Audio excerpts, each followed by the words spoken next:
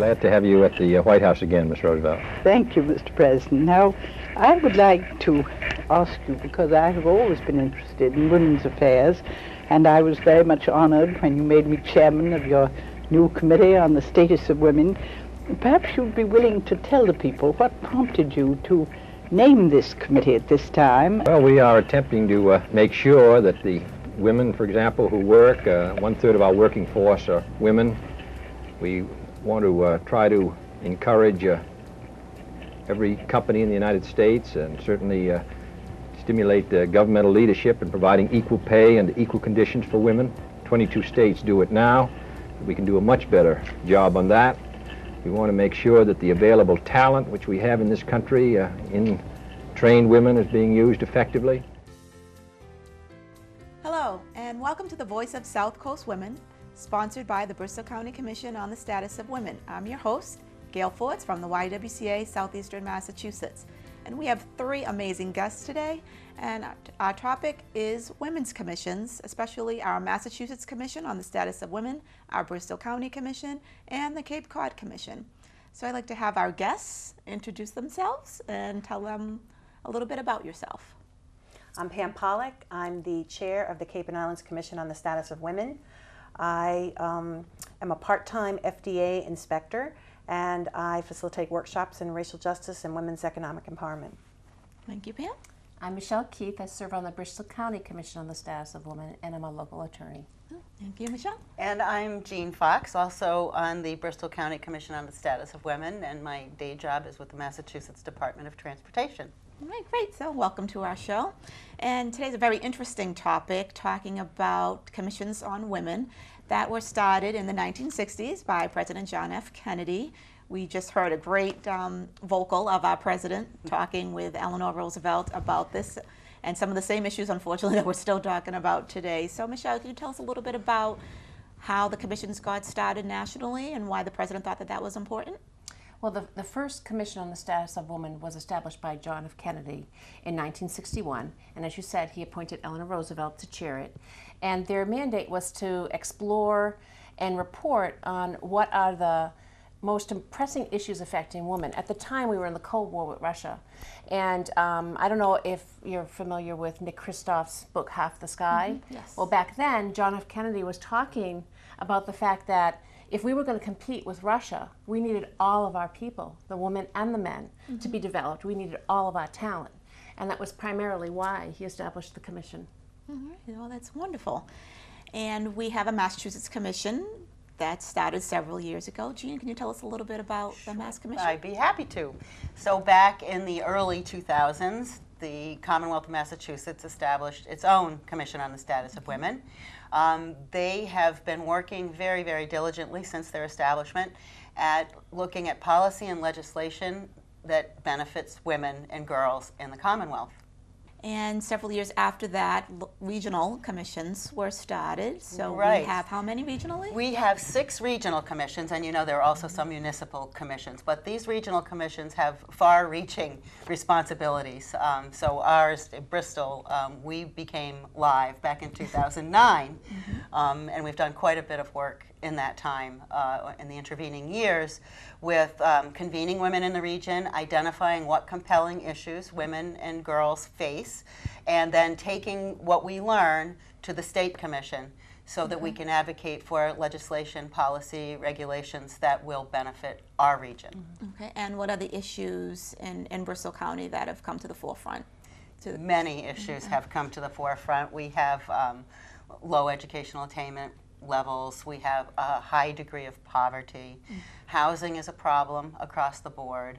Then we have language issues as well. We have a pretty substantial immigrant population, and the barriers posed by their inability to communicate in English primarily has really built walls for them for employment opportunities, educational opportunities, ways to better themselves and to improve quality of life. Okay, thank you. Pam, could you tell us a little bit about the Cape Cod and Islands Commission? Sure. We were established also in 2009, and we encompass 3 counties, Barnstable, Dukes, and Nantucket County, the entire Cape and Islands. We have 13 commissioners, and we have been working on issues that affect women and their families across the Cape and Islands. And so if you think about Cape Cod, you have the Upper Cape, you have the Middle Cape, you have the Lower or Outer Cape, and then you have the islands. And it's a large area. We think of it as being a tourist area that's very wealthy, but that's not true for people who live there.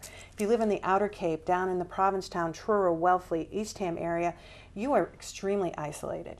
There is, you have to travel to Hyannis to the hospital. You have to, there are, small high school classes, regionalization. So as we look at issues for women on the Cape and Islands, we have the oldest, across the state, we have the oldest population of women with more seniors. And transportation is a huge issue. We don't have an extremely good public transportation system. Housing is an enormous issue of housing that is affordable for folks.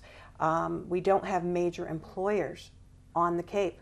We have a lot of seasonal work. So we have folks that move into housing, and then they have to move out in the summertime because they're going to get rents that are $1,000 a week instead of $1,000 a month, and a hard time finding year-round job opportunities. So we, as Bristol and all the other commissions, spend a lot of our time listening to the voices of women across the Cape.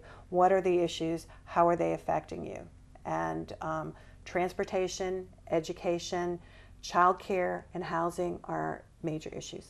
Well, if I could just piggyback on that, transportation definitely is an issue.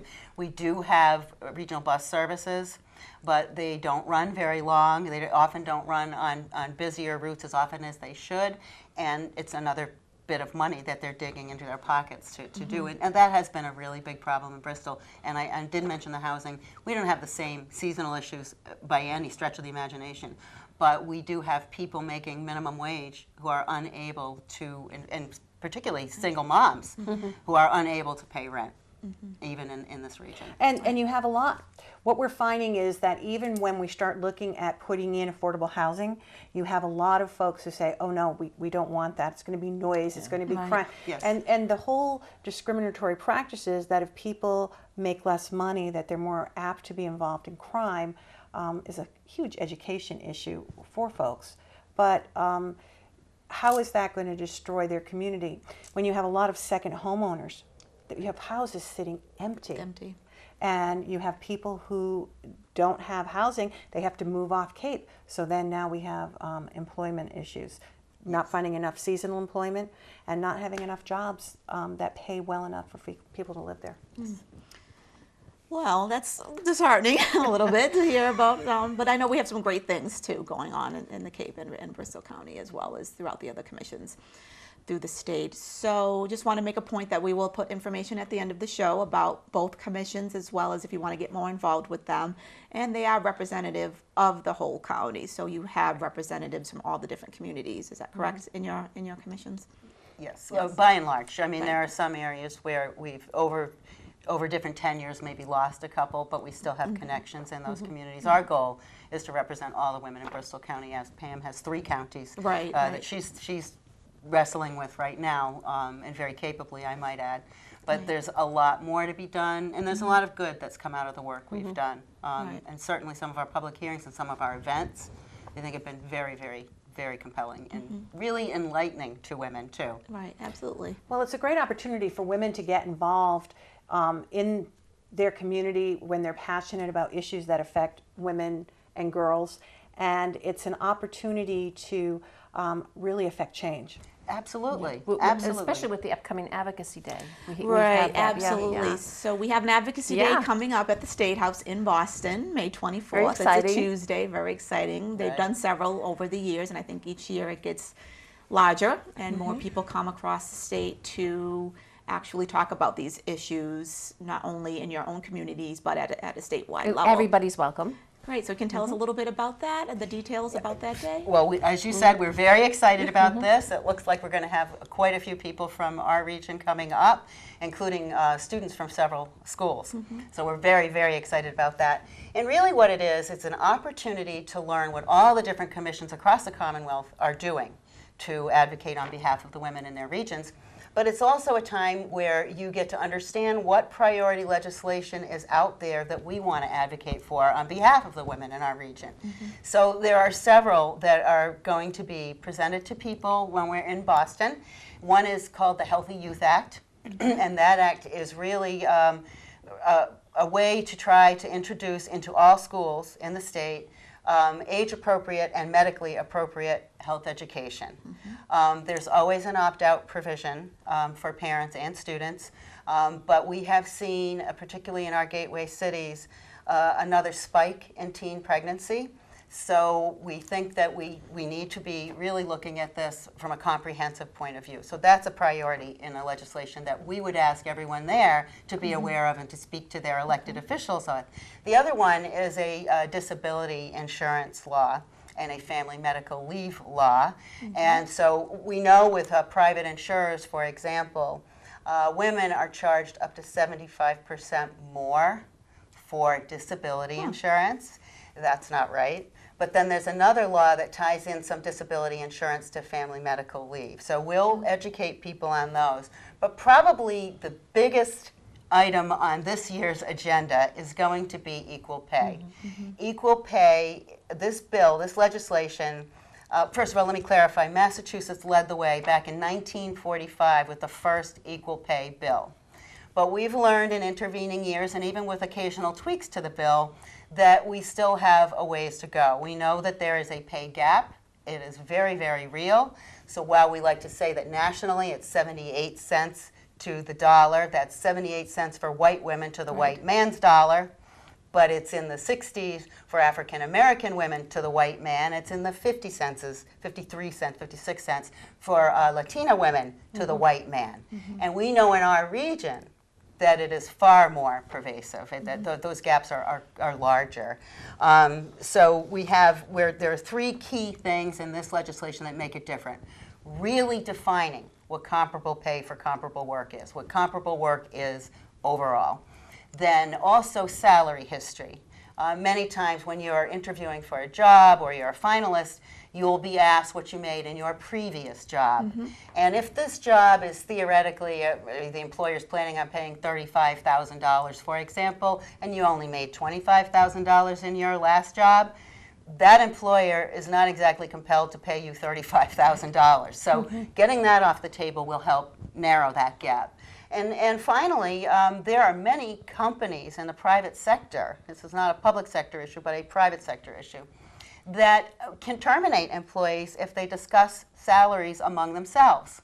If they compare notes on what they're making, it can be cause for termination. This bill would eliminate that. So those are the three major provisions of this bill that we're pushing for. We're not asking that people know chapter and verse, but we're asking that people understand the gap is very real, and it's on us now to work with our legislators to narrow that gap. And by the way, the Senate unanimously passed this bill at the end of January. It's now going very shortly in front of the House. Okay. So now this bill's going in front of the House, and then if it's passed, what happens next? Well, next we have to educate businesses that this is not a horrible thing. So we have some great businesses. James Rooney of the Boston Chamber is fully behind this. We have Nick Christ of Bay Coast Bank, fully behind it, already employing, by the way, the strategies that are in the bill. And we have Metro West Chamber, who has endorsed it and supported it. So these businesses will help us, I think, get the word out that this is not a hard thing to do. We believe that this legislation will actually reduce the instances of litigation, because when people do find out they're being underpaid, the chances are they call 1-800-lawsuit. This way, you have much more information, you're in a much better position to negotiate your salary, and employers want to do the right thing.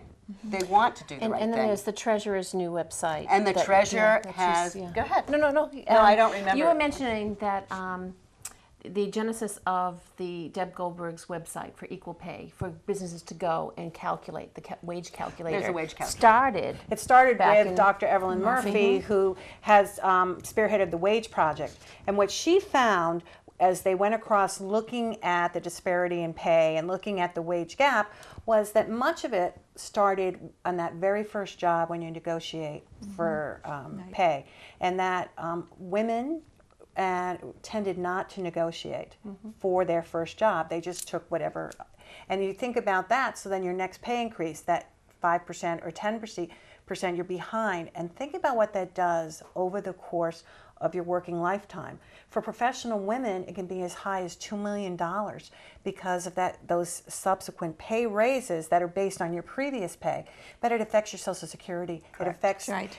for government, it affects the taxes we pay. Correct. You know, and you look at this and say, why would this be good for the community? Because more money you pay, the higher amount of taxes that you're paying For services that we need. that we need. So as you look at all of this, how important it is, you look at the knowledge that's based, and that whole wage calculator looked at the demographics of the job, you know, all of the different levels. Say it's an accounting job, accounting 1, accounting 2, accounting 3, up to, you know, controller, financial officer, and what you could expect to make as an entry level as you moved up, and then to the higher, and also in the different areas of the state.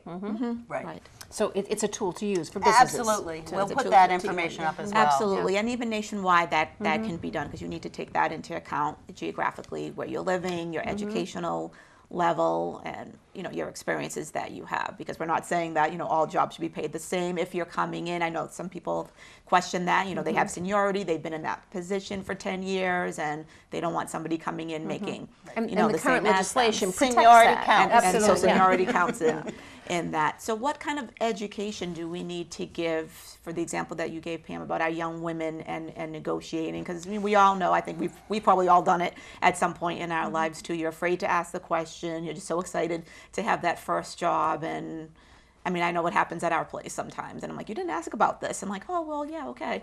And you have to remind people that, you know, that that's okay to, you know, ask about the salary range and what the expectations are, Well, certainly you know, for that. this legislation will help with that, but it's still, we do need to educate people just getting into the workforce that it is okay, to your point, to ask the question. And in fact, you should ask the question. But also being able to do your homework ahead of time and Correct. know what you're dealing with as an individual. You know, what are people getting paid?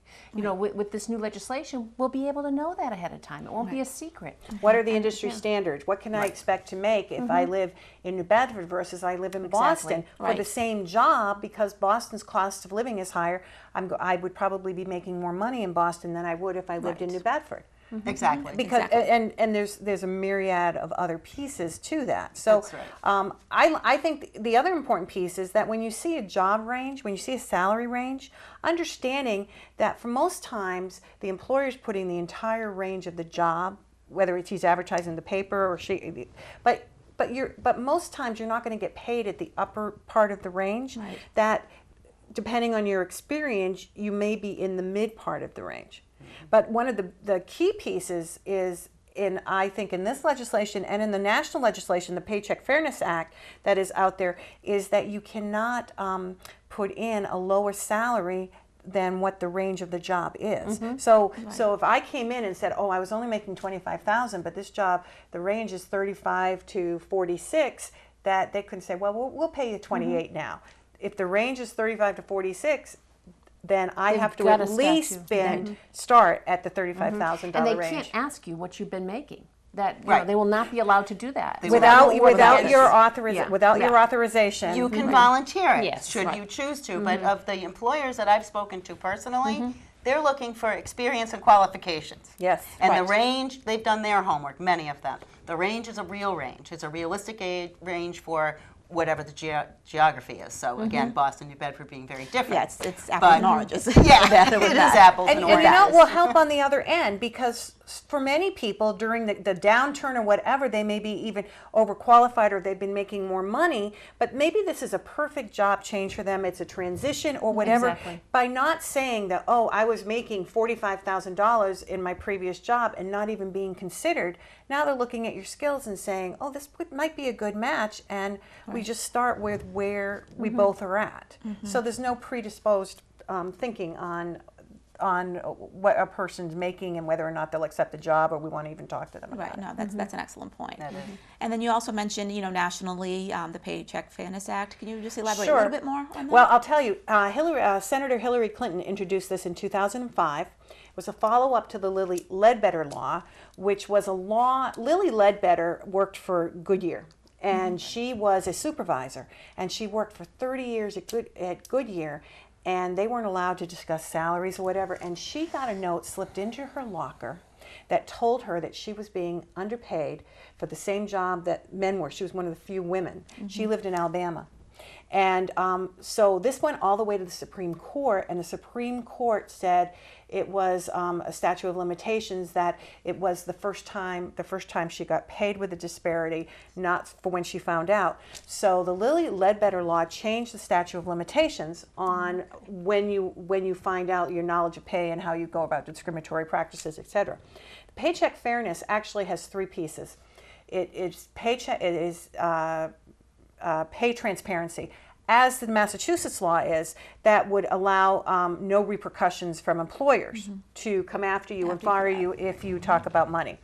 It also is, they want to have training in negotiation. That would be part of it, so that primarily for women. And then the third piece of that bill is to allow for better practices Isn't in it the court. comparable pay? Isn't that in there too? No, not particularly in No. in that one. It's that you can. It has to do with your legal ramifications, your legal Gotcha. remedies. If and it's been stymied, and there's much broader pieces of it, but it has been stymied at the federal level. So Massachusetts is taking, as other states are, looking at their what we should be doing out ahead of the curve on this. Right, California's been Absolutely. ahead of it. Yeah, it's New Absolutely. York. So this is where we need to be, and we're really grateful for the legislators that sponsored it, including Jay Livingstone and Karen Spilka. They really have been behind this. Right, and we need everyone to be, on that, and that's part of, the Advocacy Day and why we're going up. So Advocacy Day, it's a big day, it's a long day. For some people, it might be their first time and they're not sure, what exactly happens during the day. What would you say to a legislator, or make that phone call, whether it's your state, local, or your congressman or state senator, because it can be scary. I know the first time I did it, I was petrified. It's, you're going to the State House or you're going to Congress, and it just seems, very overwhelming. It's wonderfully empowering. You're with a bunch of women, and in our case, a lot of students as well. And male students, too. And we want male to say students. this is a man's issue, too. It's Absolutely important. is. So we Money for your first of all- family and for your wife's sisters and mothers. So we want to... Exactly. We need to remember that this is about families. It's about families, yes. We certainly encourage everyone to try to get up to Boston on May 24th. If you can't, pick up the phone and call your legislator, because that phone call about equal pay primarily right now is going to be very impactful. They're going to hear from somebody who couldn't make it for any number of reasons, but who believes that the gap needs to be closed. We need to close the gap.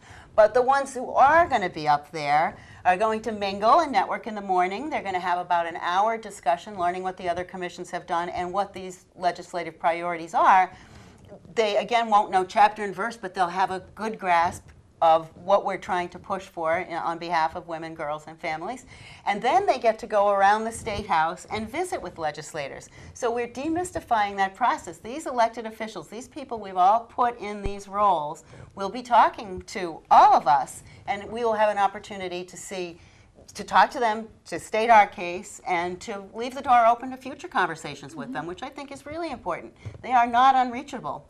And that your voice does matter. No. It does. It takes, they say if a legislator receives 5 emails, that they know that the issue is important. Correct. And today it is so easy. Before you used to have to write a letter and put it in the mail or pick up the phone. And for some people, sending an email is an easy way to go about doing it. That's all you have to do. Or tweet. Or use tweet, Facebook. or absolutely, but Yeah. that picking up the phone and calling and saying, my name is Pam Pollock, I am a constituent of the representatives, and I would like to encourage his support of the equal pay bill. Do you know if he's supporting it? Or do you know if she's supporting it? But you can actually, tweet your legislator right on Twitter and say, hey, are you supporting it? And it's a public record. Oh, you know, sure. Yeah. You know, it's very effective. You know, if they have people coming at them and saying, we want this passed, they will respond. They do respond. And I mean, we have the history now, having done this for several years. Yes, yes, they're they very do. responsive. And there's frequently follow-up. If they're Yes. unclear on a particular issue, they'll call you. Right. And that's meaningful. That means that you've delivered your message, or your group has, you're going around as a group, you've delivered the message, and they want to follow up with you to make sure they have it right. They're there to represent us. That's right. And Right. technically, they work for us, yeah. And Good point. the issues that are important to us, they don't know about unless we tell them that That's they're right. important. Exactly. So it's building that relationship with your legislator, and it's not just about an organization like the commissions or the YWCA. It's individuals building relationship with their legislators to say, this is important for me, or no, I don't want you to support this bill, however that is. And Jean's point of demystifying it and going up there and having a little bit of training to go in, and you're going in with other people, you're not alone. And many times you may not even sit down with your legislator. Maybe it's an an aide, aide. yeah. But you know, that is more important, because who Yes. has the ear? That's right. Who has the knowledge? Who is going to follow up? And then, you know, we always suggest that you make arrangements. Every legislator has office hours in their Correct. districts. Yes, that's very They important. sit there and no one comes in and no one calls. So it's a great opportunity to go in and just introduce them, tell them what you are interested in and why that's important. And Right. on any topic. Any topic. Yes. And that's a great point. But because they- especially on May 24th And for equal equal pay. pay in Massachusetts, because we're almost there. And Yes. how many times has this come up before the legislature? I mean, We're several years now. and Numerous we're times. Yeah. so Numerous close. times. It's past the Senate. You know, it's got to come up before the House, and your voice matters. Well, it Yes. is. Right now, You it's know? stuck in Ways and Means. That's right. And it's important that for folks to realize that even if those legislators sitting on Ways and Means are not their legislators, that they need to email Right. them, Talk call to them, them. tweet them, whatever, to say, we want this put out to a vote. You know, we can provide, we'll find the Twitter accounts and we'll find the emails of the people on Yes. Ways and Means to add at the end. Yes, we'll have all And, that yeah, at the end of the show, because it's we'll very do that. important. And, You know, and share it on Facebook. Tell your friends, your tell your friends. family. You know, please contact. You know, let's get this done. But ideally, come with us, join Yeah. us. You know, It would be Join us wonderful. on May 24th. We'll have the information as we wrap up the show. We are providing bus transportation, compliments of the Women's Fund and the YWCA, so you don't have to make the drive into Boston. Good No, point. and- Or and it park.